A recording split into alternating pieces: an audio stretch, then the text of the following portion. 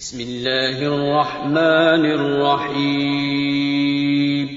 شروع اللہ کا نام لے کر جو بڑا مہربان نہایت رحم والا ہے۔ الحمدللہ رب العالمین والصلاة والسلام على رسوله الكریم، اما بعد، اعوذ باللہ من الشیطان الرجیم، بسم اللہ الرحمن الرحیم۔ وَأَقِيمُوا الصَّلَاةَ وَلَا تَكُونُوا مِنَ الْمُشْرِكِينَ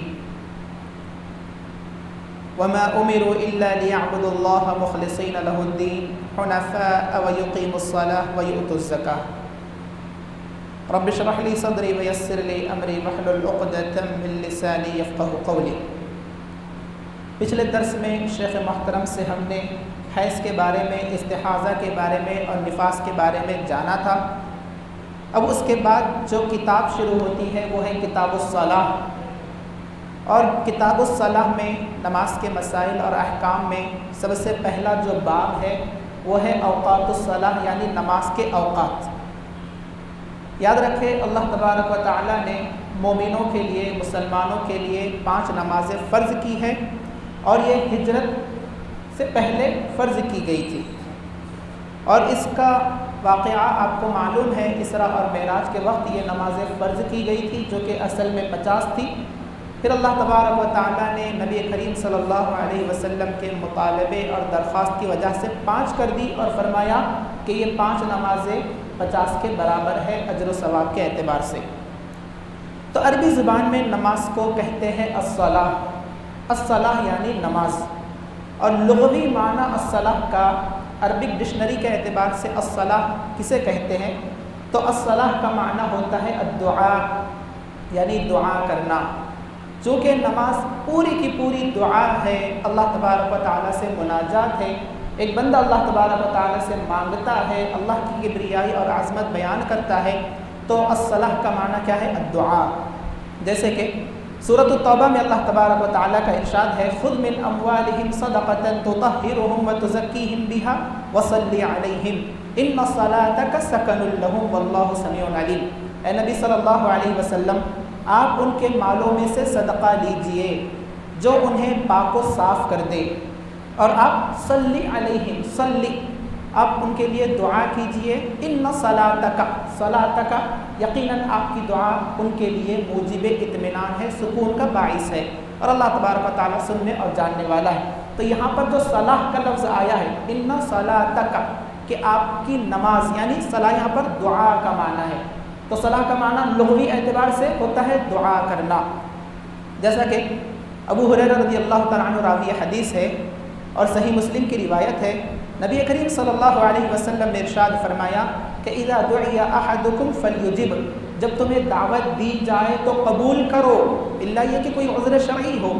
اگر تمہیں دعوت دی جائے اور اس دعوت میں کوئی منکر اور حرام چیز نہ ہو اور آپ کے پاس وقت ہو، تو آپ کو چاہیے کہ دعوت کو قبول کرے۔ اور آگے آپ صلی اللہ علیہ وسلم فرماتے ہیں، ان کان صائما فلیصلی، اگر تم روزے دار ہو تو کیا کرو؟ فلیصلی۔ یہاں پر بھی صلاۃ کا لفظ ہے کہ تم اس کے لیے دعا کرو، رحمت کی، برکت کی، مغفرت کی، تم اس کے لیے دعا کرو۔ وَإِن كَانَ مُفْطِرًا فَلْيَطْعَمْ، اگر تم روزے سے نہیں ہو تو کھانا کھا لو۔ تو یہاں پر بھی جو صلاح کا لفظ آیا ہے وہ دعا کے معنی میں آیا ہے۔ تو عربی ڈکشنری کے اعتبار سے صلاح کا معنی ہوتا ہے دعا کرنا۔ اب اگر صلاح اللہ کی جانب اس کی نسبت ہو کہ اللہ تبارک و تعالیٰ صلاح اس کی نسبت اللہ کی طرف ہو، تو اس کا معنی ہوتا ہے تعریف کرنا، جیسا کہ اللہ تبارک و تعالیٰ کا فرمان ہے، ان اللہ و ملائکتہ یصلون علی النبی، کہ اللہ تبارک و تعالیٰ یصلون۔ اب یہاں پر صلاح کا معنی کیا ہوا کہ اللہ تعالیٰ تعریف کرتا ہے کس کی؟ پیارے نبی جناب محمد رسول اللہ صلی اللہ علیہ وسلم کی۔ اور اگر صلاح کی نسبت فرشتوں کی طرف ہو کہ فرشتے صلاح کرتے ہیں، تو اس کا معنی ہوتا ہے کہ فرشتے دعا کرتے ہیں، جیسا کہ ان اللہ و ملائکتہ یصلون علی النبی، کہ اللہ تبارک و تعالیٰ نبی صلی اللہ علیہ وسلم کی تعریف کرتا ہے، اور فرشتے نبی صلی اللہ علیہ وسلم کے لیے دعا کرتے ہیں۔ یصلون صلاح سے ہے، تو فرشتوں کے لیے اگر نسبت ہوگی تو فرشتے کیا کرتے ہیں؟ نبی صلی اللہ علیہ وسلم کے لیے دعا کرتے ہیں، یا ایھا الذین آمنوا صلوا علیہ وسلموا تسلیما، اے لوگو جو ایمان لائے ہو تم بھی اللہ کے نبی صلی اللہ علیہ وسلم پر درود و سلام بھیجا کرو۔ تو یہ لغوی تعریف ہوئی صلاح کی، جسے ہم نماز کہتے ہیں۔ اب آئیے اصطلاح میں نماز کسے کہتے ہیں یا صلاح کسے کہتے ہیں۔ اصطلاحی تعریف یا شرعاً تعریف یہ ہے کہ ایسی معروف عبادت کا نام نماز ہے جس میں رکوع ہوتے ہیں، سجدے ہوتے ہیں، اور اس کی ابتدا یعنی شروعات تکبیر سے ہوتی ہے، اور اس کی انتہا یعنی اس کا اختتام سلام پر ہوتا ہے۔ یہ ہے نماز، جس میں اقوال بھی ہے، افعال بھی ہے۔ اقوال سے مراد جو بھی دعائیں ہم پڑھتے ہیں، ذکر و اذکار ہم کرتے ہیں، یہ سارے کے سارے اقوال ہے، اور جو افعال ہے، رکوع کرنا ہے، سجدہ کرنا ہے، سلام پھیرنا ہے، قیام کرنا ہے، یہ کیا ہے؟ افعال ہے۔ تو یہ نماز ہے جس میں اقوال بھی ہے، افعال بھی ہے، اور جس میں رکوع بھی ہے، سجود بھی ہے، اور جس کی ابتدا، ایسی عبادت جس کی ابتدا تکبیر سے ہوتی ہے اور جس کی انتہا یعنی اختتام سلام سے ہوتا ہے۔ تو یہ ہے نماز شریعت میں اور اصطلاح میں۔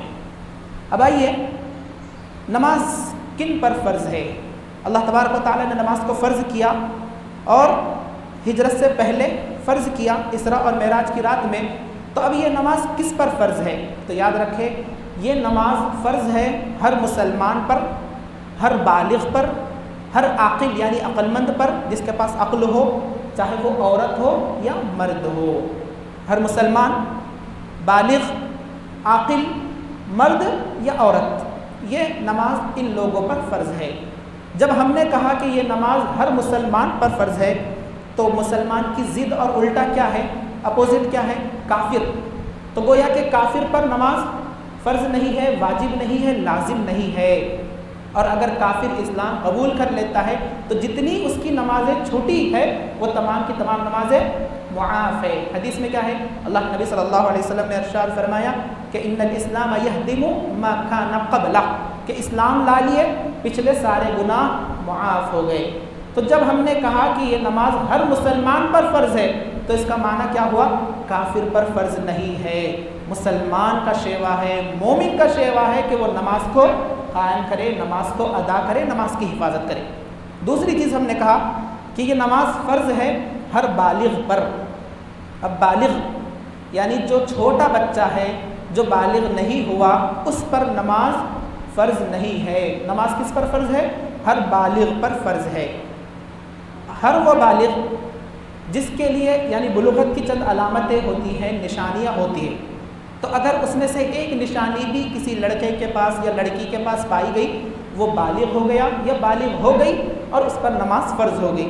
اہل علم نے مردوں کے لیے یعنی لڑکوں کے لیے 3 علامتیں اور نشانیاں بتلائی ہے بلوغت کی، اور لڑکیوں کے لیے 4۔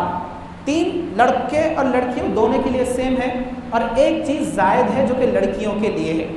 تو وہ علامتیں کون سی ہیں جو بلوغت پر دلالت کرتی ہے کہ ہاں لڑکا یا لڑکی بالغ ہو گئی، اب ان پر نماز فرض ہو گئی؟ تو اہل علم نے بتلایا ہے سب سے پہلی یہ کہ لڑکا یا لڑکی 15 سال کے ہو جائے۔ 15 سال کے ہو جانا یعنی عمر کا ہو جانا یہ بلوغت پر دلالت کرتا ہے۔ اب ضروری نہیں ہے، بعض علاقوں میں گرمی کی وجہ سے، موسم کی وجہ سے یا کھادگی کی وجہ سے آگے پیچھے ہو سکتا ہے۔ اہل علم نے عمر بتلایا یہاں پر کہ 15 سال یا اس سے کم زیادہ ہو سکتا ہے۔ ایک چیز جو کہ بلوغت پر دلالت کرتی ہے کہ لڑکا لڑکی بالغ ہو گئے، نماز فرض ہو گئی۔ دوسری چیز جو بلوغت کی علامت ہے وہ یہ ہے کہ منی کا نکلنا لذت کے ساتھ، چاہے بیداری کی حالت میں ہو یا نیند کی حالت میں ہو۔ لڑکا یا لڑکی، عورت کو بھی منی نکلتی ہے، اس سے بھی جو ہے خروج ہوتا ہے، اور مرد کو بھی منی نکلتی ہے۔ جب منی لذت کے ساتھ نکلے، اور چاہے بیداری کی حالت میں نکلے، چاہے نیند کی حالت میں نکلے، خواب دیکھنے کی وجہ سے نکلے، تو ایسی حالت میں یہ چیز دلالت کرتی ہے، یہ نشانی ہے کہ لڑکا یا لڑکی بالغ ہو چکے ہیں اور اب ان پر نماز فرض ہو چکی ہے۔ اور تیسری چیز جو دلالت کرتی ہے کہ لڑکا یا لڑکی بالغ ہو گئے وہ یہ ہے شرمگاہ کے ارد گرد بالوں کا اگ جانا، بالوں کا آ جانا، یہ بھی ایک علامت ہے کہ لڑکا یا لڑکی بالغ ہو چکے ہیں، نماز فرض ہو چکی ہے۔ یہ 3 چیزیں ہیں جو سیم ہے مرد کے لیے بھی، عورت کے لیے بھی۔ اب ایک چیز جو زائد ہے عورت کے لیے کہ بالغ ہونے کی علامت اس کے لیے اور ایک یہ بھی ہے کہ حیض کا خون آنا، حیض کے خون کا نکلنا، حیض کے خون کا جاری ہونا، یہ عورت کے لیے علامت ہے، مرد کو حیض نہیں آتا، تو یہ عورت کے لیے زائد چیز ہے۔ چوتھی چیز جو دلالت کرتی ہے کہ یہ لڑکی بالغ ہو گئی ہے، اب نماز فرض ہو چکی ہے، وہ کون سی علامت ہے؟ حیض کا نکلنا، حیض کے خون کا آنا۔ تو یاد رکھیں یہ بلوغت کی علامت ہے، لیکن دوران حیض ان کے لیے نماز فرض نہیں ہے۔ جب حیض ختم ہوگا، وہ طاہر ہوگی، اس کے بعد نماز ان کے لیے فرض ہوگی۔ تو حیض کے ایام میں جو نماز چھوٹے گی وہ ان کے لیے قضا بھی نہیں ہے، وہ چھوڑ دے گی، دوبارہ قضا بھی کرنے کی انہیں ضرورت نہیں ہے۔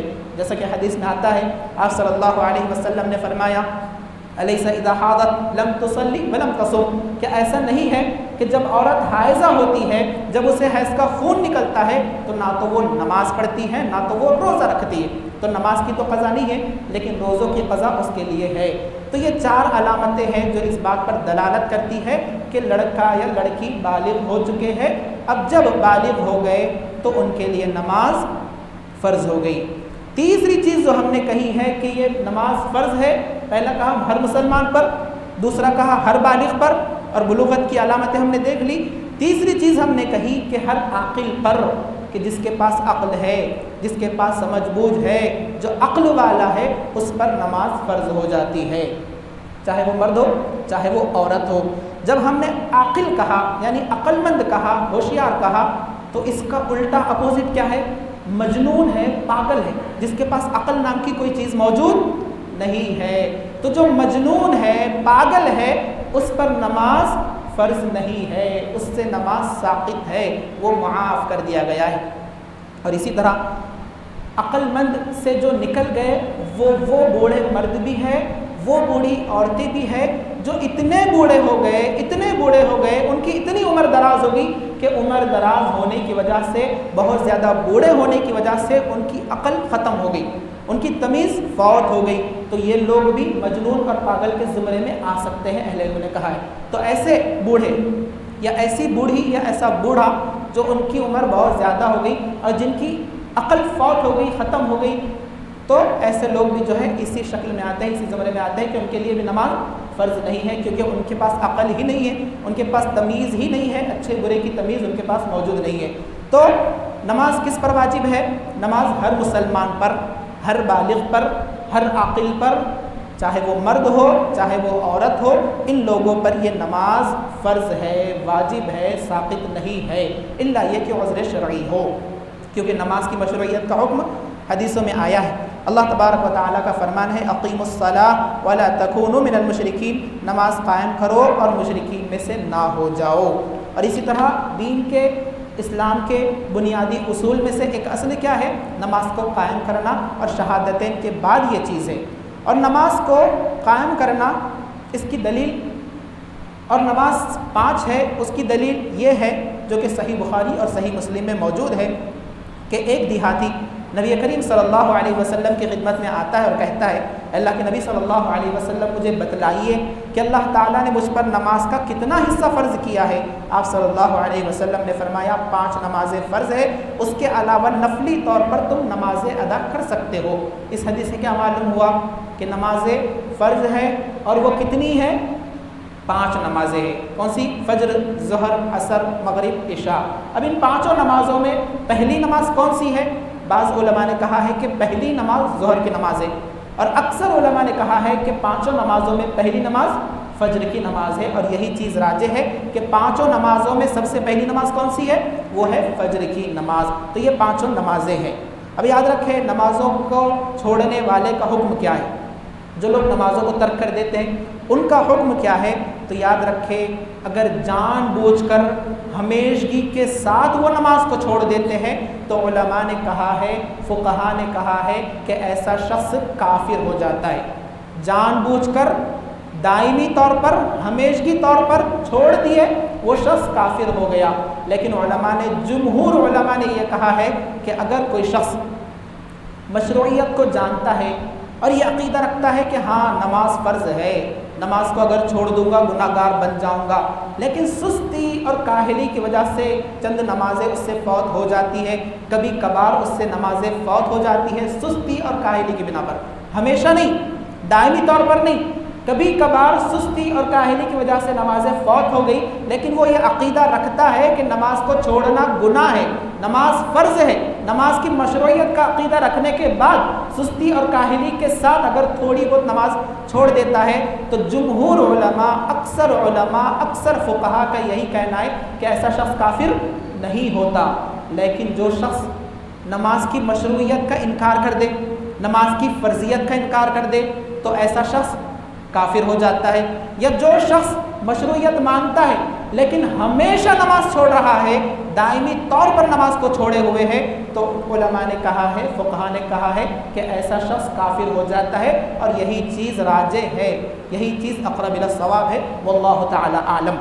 اللہ تبارک و تعالیٰ کا فرمان ہے فَإِن تَابُوا وَأَقَامُوا الصَّلَاةَ وَآتَوُا الزَّكَاةَ فَإِخْوَانُكُمْ فِي الدِّينِ، اگر یہ لوگ توبہ کر لیں، نماز قائم کر لیں، زکوٰۃ ادا کرنے لگے تو وہ تمہارے دینی بھائی ہے۔ اگر وہ نماز نہیں پڑھتے وہ تمہارے دینی بھائی نہیں ہے۔ اور دینی بھائی چارہ کب ہوتا ہے؟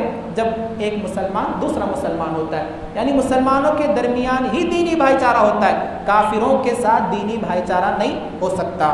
اور اللہ تبارک و تعالیٰ کا فرمان ہے وَأَقِیمُوا الصَّلَاةَ وَلَا تَکُونُوا مِنَ الْمُشْرِکِینَ، کہ نماز کو قائم کرو اور مشرکوں میں سے نہ ہو جاؤ۔ تو تین چیزیں نماز کو چھوڑنے والے کے بارے میں یاد رکھنی ہے۔ پہلی چیز، جو شخص نماز کی فرضیت اور مشروعیت کا انکار کر دے ایسا شخص کافر ہے، اور اس میں اتفاق ہے، کسی کا اختلاف نہیں ہے، کیونکہ اس نے فرضیت ہی کا انکار کر دیا۔ دوسرا شخص وہ ہے جو نماز کی فرضیت کو پہچانتا ہے، نماز کی مشروعیت کو جانتا ہے، یہ جانتا ہے کہ چھوڑنے پر گناہ ہے، لیکن سستی اور کاہلی کی وجہ سے کبھی کبھار چند نمازیں اس سے چھوٹ جاتی ہے، تو فقہا نے، جمہور علماء نے کہا ہے ایسا شخص کافر نہیں ہے۔ لیکن تیسری چیز، جو شخص ہمیشہ نمازوں کو چھوڑتا ہے، دائمی نمازوں کو ترک کرتا ہے، چھوڑ دیتا ہے، تو ایسا شخص جمہور علماء نے کہا ہے کہ ایسا شخص بھی کافر ہے۔ تو ہمیں چاہیے کہ ہم نمازوں کی حفاظت کریں۔ اب ایک چیز ہے جس کے بارے میں ہم نے بتلایا تھا کہ نماز کے اوقات، اللہ تبارک و تعالیٰ نے عبادتوں کو وقت پر مشتمل کیا ہے، ہر عبادت کا ایک وقت بتلایا ہے۔ رمضان کے روزے وقت پر ہے، اگر کوئی شخص رمضان کے روزے رمضان کے آنے سے پہلے یا بعد میں رکھنا چاہے گا اس کے روزے نہیں ہوں گے۔ رمضان اس کا ایک وقت ہے، حج اس کا ایک وقت ہے، نماز اس کا ایک وقت ہے، بغیر عذر شرعی کے آپ کے لیے جائز نہیں ہے، اور نہ ہی آپ کی نماز قابل قبول ہوگی جب آپ وقت کو ٹال کر دوسرے وقت میں نماز پڑھیں گے، جان بوجھ کر جائز نہیں ہے۔ اللہ تبارک و تعالیٰ کا فرمان ہے ان الصلاۃ کانت علی المؤمنین کتابا موقوتا، کہ نماز مومنوں پر مقررہ وقتوں کے ساتھ فرض ہے۔ حضرت ابو ذر رضی اللہ تعالیٰ عنہ سے مروی ہے کہ رسول اللہ صلی اللہ علیہ وسلم نے ان سے فرمایا کہ اس وقت تمہارا کیا حال ہوگا جب تم پر ایسے امراء اور حکام ہوں گے جو نماز کو فوت کر دیں گے یا نماز کو اس کے وقت سے تاخیر کر دیں گے۔ حضرت ابو ذر رضی اللہ تعالیٰ عنہ کہتے ہیں میں نے کہا آپ ہمیں کیا حکم دیتے ہیں؟ اے اللہ کے نبی صلی اللہ علیہ وسلم آپ ہی ہمیں بتلائیے۔ تو رسول اللہ صلی اللہ علیہ وسلم نے فرمایا صلی الصلاۃ لوقتها، کہ نماز کو اس کے وقت پر ادا کرنا۔ یہ آپ صلی اللہ علیہ وسلم کا حکم ہے، یہ اللہ تبارک و تعالیٰ کا حکم ہے۔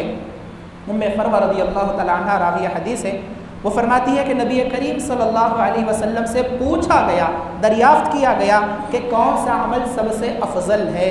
آپ صلی اللہ علیہ وسلم نے فرمایا الصلاۃ لوقتها، نماز کو اس کے وقت پر قائم کرنا یہ سب سے زیادہ افضل والا، فضیلت والا عمل ہے۔ اب نماز کے اوقات میں سب سے پہلی چیز جان لے ظہر کا وقت۔ ظہر کا وقت کیا ہے؟ عصر کا وقت کیا ہے؟ مغرب کا وقت کیا ہے؟ عشاء کا، فجر کا۔ عبداللہ بن عمرو رضی اللہ تعالیٰ عنہ سے مروی ہے نبی کریم صلی اللہ علیہ وسلم نے فرمایا وقت الظہر اذا زالت الشمس، ظہر کا وقت زوال آفتاب سے شروع ہوتا ہے، اور اسی طرح عصر کے وقت کا آغاز تک رہتا ہے، اور عصر کا وقت جب آدمی کا اصلی سایہ اس کے قدر کے برابر ہو جائے، یعنی اس کے قد کے برابر ہو جائے۔ ظہر کے وقت کے بارے میں اس کی ابتدائی جو احادیث میں آئی ہے، یہ ابتدائی وقت وہ کیا ہے؟ زوال آفتاب کے بعد سے، زوال کا وقت ختم ہو گیا، وہاں سے ظہر کا وقت شروع ہو گیا، یہ ہوا شروعاتی وقت۔ زوال کا ختم ہونا شروعاتی وقت ہے ظہر کا، اور آخری وقت کیا ہے اس کی صراحت حدیث میں ہوتی ہے۔ جابر رضی اللہ تعالیٰ عنہ فرماتے ہیں رسول اکرم صلی اللہ علیہ وسلم تشریف لائے، ظہر کی نماز پڑھی جبکہ سورج ڈھل گیا اور ابھی سایہ تسمے کے برابر تھا۔ اور ایک دوسری حدیث ہے کہ آپ صلی اللہ علیہ وسلم نے فرمایا کہ جبریل علیہ السلام نے مجھے نماز ظہر اس وقت پڑھائی جبکہ ہر چیز کا سایہ اسی کے مثل ہو چکا تھا، اور یہی جمہور کا قول ہے، جمہور اسی کے قائل ہے کہ ظہر کا آخری وقت یہ ہے کہ جب انسان کا سایہ اس کے مماثل ہو، برابر ہو، یعنی اگر انسان کھڑا ہوا ہو تو اس کا سایہ بھی اتنا ہی ہو، تو یہ ظہر کا آخری وقت ہے۔ اب ظہر کے وقت کے بارے میں یہ بھی ایک چیز قابل ذکر ہے کہ ظہر کی نماز بالخصوص گرمی کے موسم میں تھوڑا تاخیر سے پڑھنا مستحب عمل ہے، یہ قابل اجر و ثواب ہے، تھوڑا سا تاخیر کر کے پڑھنا لیکن وقت ہی میں پڑھنا یہ مستحب عمل ہے، اور اس کی دلیل حضرت ابو ہریرہ رضی اللہ تعالیٰ عنہ راوی حدیث ہے، صحیح بخاری کی روایت ہے، اللہ کے نبی صلی اللہ علیہ وسلم نے ارشاد فرمایا کہ جب گرمی کی شدت ہو تو ٹھنڈے وقت میں نماز پڑھو، یعنی ذرا ٹھنڈا وقت ہونے کا انتظار کر لو، کیونکہ گرمی کی شدت جہنم کے سانس کی لپیٹ سے پیدا ہوتی ہے۔ تو ظہر تھوڑی سی تاخیر کے ساتھ پڑھنا یہ مستحب عمل ہے۔ یہ ہوا ظہر کا وقت، زوال آفتاب سے شروع ہوا اور اسی طرح زوال کے بعد سے شروع ہوا، اور اسی طرح جب ایک انسان کا قد اس کے مماثل ہو وہاں پر ختم ہو گیا۔ عصر کا وقت، ووقت صلاۃ العصر ما لم تصفر الشمس، عصر کا وقت کب ہوگا؟ جب آدمی کا اصلی سایہ اس کے قد کے برابر ہوگا، یعنی جب ظہر کا وقت ختم ہو گیا جبکہ ایک سایہ ہے یعنی سایہ مماثل ہے، اسی کے بعد سے عصر کا وقت شروع ہو جاتا ہے۔ سمجھ رہے؟ ظہر کا وقت جب ختم ہوا جبکہ ایک شخص کا سایہ ایک شخص کا جو ہے قد اس کے مماثل ہے، اسی کے بعد عصر کا وقت شروع ہو جاتا ہے، اور اس کا آخری وقت ہوتا ہے جبکہ سورج جو ہے زرد ہو جائے، سورج کی رنگت زرد اور پیلی پڑ جائے، جیسا کہ حدیث میں آتا ہے نماز عصر کا آخری وقت سورج کی رنگت زرد ہو جانے تک ہے، اور صحیح مسلم کی یہ روایت ہے۔ اور جبریل علیہ السلام کی جو امامت والی حدیث ہے اس میں آیا ہے کہ حضرت جبریل علیہ السلام نے جو دوسرے دن نبی صلی اللہ علیہ وسلم کو عصر کی نماز پڑھائی تو اس وقت ہر چیز کا سایہ دگنا ہو چکا تھا، یعنی ایک شخص اگر کھڑا ہوا ہے تو اس کی ہائٹ سے دگنا اگر سایہ ہو جائے تب یہ آخری وقت ہے عصر تک کا۔ سمجھ میں آ گیا؟ اور ایک تیسری حدیث عصر کے آخری وقت کے متعلق ہے کہ جس نے نماز عصر کی ایک رکعت غروب آفتاب سے پہلے حاصل کر لی تو اس نے مکمل نماز حاصل کر لی۔ یہ تین روایتیں ہیں۔ عصر کا وقت جب شروع ہو جاتا ہے جب ظہر کا وقت ختم ہوتا ہے، اور ظہر کا وقت کب ختم ہوتا ہے؟ جب ایک انسان کا قد اسی کے مماثل ہو، برابر ہو، اس کا سایہ اس کے مماثل ہو، برابر ہو۔ لیکن عصر کے آخری وقت کے بارے میں تین روایتیں ہیں۔ پہلی، جب سورج زرد ہو جائے۔ دوسری روایت میں ہے کہ جب انسان کا سایہ دگنا ہو جائے۔ تو ان دونوں حدیثوں میں کوئی تعارض نہیں ہے۔ کیوں؟ کیونکہ جب انسان کا سایہ دگنا ہو جاتا ہے تو اسی وقت سورج زرد ہو جاتا ہے۔ ایک چیز معلوم ہو گئی دونوں حدیثوں کے بارے میں۔ تیسری حدیث جو ہم نے عصر کے آخری وقت کے بارے میں پڑھی وہ یہ ہے کہ آفتاب کے غروب ہونے سے پہلے جس نے نماز پا لی اس نے عصر پا لیا، یعنی مغرب کی اذان ہونے والی ہے، اس سے پہلے اگر کسی نے نماز پڑھ لی اس نے عصر کی نماز پڑھ لی۔ تو اس سے کیا معلوم ہوا کہ مغرب تک نماز عصر کو پڑھا جا سکتا ہے۔ یہ حدیث سے یہ معلوم ہو رہا۔ اور پچھلی حدیثوں میں دگنا سایہ ہے اور ایک ہے زرد رنگ، تو اہل علم کہتے ہیں کہ یہ افضل وقت ہے۔ عصر کا آخری وقت کیا ہے؟ جب سورج زرد ہو جائے اور ایک انسان کا قد دگنا ہو جائے۔ لیکن اضطراری کیفیت، مجبوری کیفیت یہ ہے کہ اگر کوئی شخص نماز نہیں پڑھا، بھول گیا یا اسی طرح کوئی مجبوری تھی تو وہ مغرب سے پہلے تک بھی عصر کی نماز پڑھ سکتا ہے، جائز ہے۔ لیکن اگر بغیر عذر شرعی کے بھی وہ مغرب سے پہلے عصر کی نماز پڑھتا ہے تو جمہور علماء کا یہی کہنا ہے کہ مغرب سے پہلے تک کا وقت عصر کا وقت ہے، اور یہ اس کے لیے کافی ہے، اس کی نماز ہو جائے گی۔ یعنی مغرب کی اذان ہونے سے پہلے تک کا وقت، غروب آفتاب سے پہلے کا وقت، یہ عصر کا آخری وقت ہے، اور یہی جمہور علماء کا کہنا ہے۔ لیکن جو آخری وقت ہوتا ہے یہ مکروہ وقت ہے، ناجائز تو ہم نہیں بولیں گے، نماز تو ہو جائے گی، لیکن مکروہ ہے اور افضل وقت کیا ہے کہ اس سے پہلے پہلے غروب آفتاب سے پہلے پہلے ایک انسان عصر کی نماز پڑھ لے. یہ ہوا عصر کا وقت. اور اسی طرح مغرب کا وقت. مغرب کا وقت کب ہے؟ اللہ کے نبی صلی اللہ علیہ وسلم فرماتے ہیں کہ حین وجبت الشمس، جب سورج غروب ہو گیا، جب سورج غروب ہو گیا اسی وقت مغرب کا وقت شروع ہو جاتا ہے. اور مغرب کا آخری وقت جب سرخی غائب ہو گئی، یعنی آسمان پر لالی ہوتی ہے، سرخی ہوتی ہے، جب وہ غائب ہو گئی، مغرب کا آخری وقت تھا وہ، اب وہاں سے عشاء کا وقت شروع ہو گیا. سمجھ میں آ گیا؟ مغرب کا شروعاتی وقت کیا ہے کہ غروب آفتاب، آفتاب کا غروب ہو جانا، اور آخری یہ شروعاتی وقت ہے مغرب کا. اور آخری وقت جب آسمان میں لالی ہو، لال پن ہو، سرخی ہو، اگر وہ لالی نہیں دکھ رہی، ختم ہو گئی، لال پن ختم ہو گیا، تو وہاں سے عشاء کا وقت شروع ہو جاتا ہے اور مغرب کا وقت ختم ہو جاتا ہے. حدیث کیا ہے؟ اللہ کے نبی صلی اللہ علیہ وسلم نماز پڑھا کرتے تھے، مغرب کی نماز پڑھتے تھے جبکہ سورج غروب ہوتا تھا. سورج غروب ہو گیا، نماز مغرب شروع ہو گئی. یہ متفق علیہ روایت ہے، یعنی بخاری اور مسلم کی روایت ہے. تو غروب آفتاب سے، آفتاب کے غروب ہونے سے مغرب کا وقت شروع ہوتا ہے. اور اسی بات پر علماء کا، فقہاء کا، جمہور علماء کا اتفاق ہے، اجماع ہے. اور تیسری چیز یا چوتھی چیز یہ ہے کہ عشاء کا وقت کب شروع ہوتا ہے.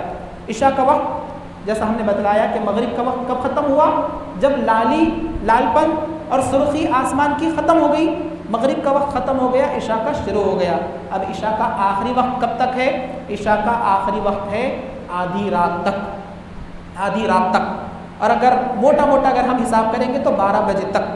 12 بجے تک گویا کہ ایک شخص عشاء کی نماز کو پڑھ سکتا ہے.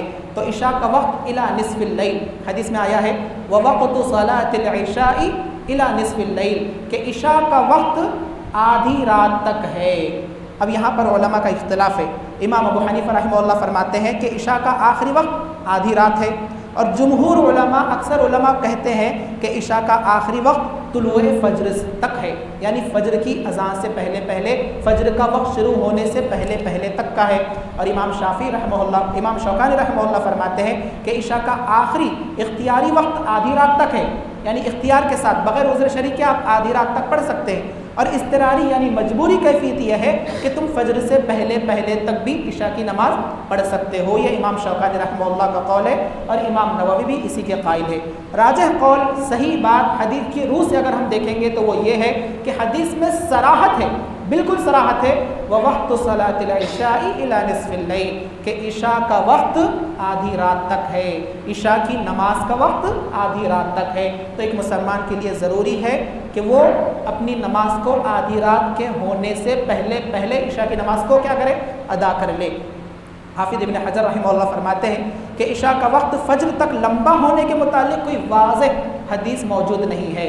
یعنی جو لوگ کہتے ہیں کہ فجر سے پہلے پہلے تک بھی عشاء کی نماز پڑھ سکتے ہیں، اس کا وقت موجود ہے، تو اس کے لیے حافظ ابن حجر کہتے ہیں کوئی واضح حدیث موجود نہیں ہے. اور امام البانی رحمہ اللہ فرماتے ہیں حق بات یہی ہے، صحیح بات یہی ہے کہ عشاء کا وقت آدھی رات تک ہے. تو ہمیں یہ بات معلوم ہوئی حدیث کی روح سے کہ عشاء کی شروعات کب ہوئی؟ جب لالی ختم ہو گئی، لال پن ختم ہو گیا، آسمان کی سرخی ختم ہو گئی، اور اس کا آخری وقت کب تک ہے؟ آدھی رات تک ہے. اور بھی وقت کے متعلق، فجر کے وقت کے متعلق اور اسی طرح دوسری نمازوں کے اوقات کے متعلق چند باتیں ہیں، آئندہ درس میں انشاءاللہ پیش کی جائے گی. اللہ سے دعا ہے کہ اللہ تبارک و تعالی ہمیں شرعی مسائل کو جاننے، اس پر عمل کرنے کی توفیق عطا فرمائے اور اسے دوسروں تک پہنچانے کی توفیق عطا فرمائے.